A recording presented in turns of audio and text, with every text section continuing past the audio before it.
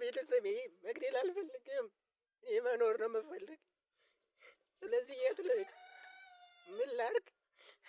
እንዴት ፈጣሪ የፈጠረውን ህንፃ እንዲህ አፍርስ ትሉኛላችሁ? በቃ እኔ ማፍረስ አልፈልግም። በቃ እኔ ማንንም መግደል አልፈልግም። ማንንም መጨቆን አልፈልግም። የት ልሂድ? ፈጣሪ ከፈጠረው መሬት ላይ ካስቀመጠኝ መሬት እሺ ወዴት ልሂድ? ለእኔ ብቻዬ ቦታ አልተሰጠኝ። የት ነው ሂድ የምትሉኝ? ምን አረኩ?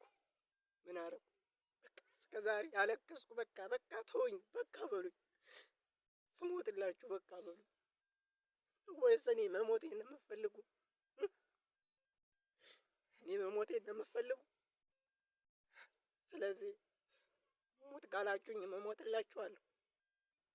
በግልጽ ንገሩኝ። በቃ ከምታሰቃዩኝ፣ ከምትጨቁኑኝ፣ ከምታንገላቱኝ በቃ የምትፈልጉትን ወስኑና ንገሩኝ። ከዚህ በኋላ ሰው መግደል አልፈልግም። ሰው መጨቆን አልፈልግም። እኔ የምፈልግ ያለኝን ልብስ መስጠት ብቻ ነው። ያለኝን ገንዘብ ማካፈል ነው። በቃ ፈጣሪ የፈጠረልኝ የሰጠኝን ነገሮች ሁሉ ለሰው መስጠት ማካፈል ነው የሚያስደስተኝ። ስለዚህ እኔ ሰው መጨቆን አልፈልግም። ከዚህ በኋላ አላለቅስም። ለምን አለቅሳለሁ?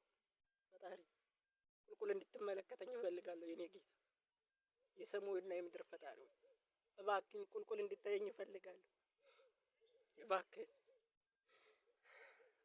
ጌታ፣ እባክህን ልለምንህ። ከዚህ በላይ ልቅሶ ይበቃል በለኝ፣ እንባ ይበቃል በለኝ። የኔ ጌታ አላለቅስም።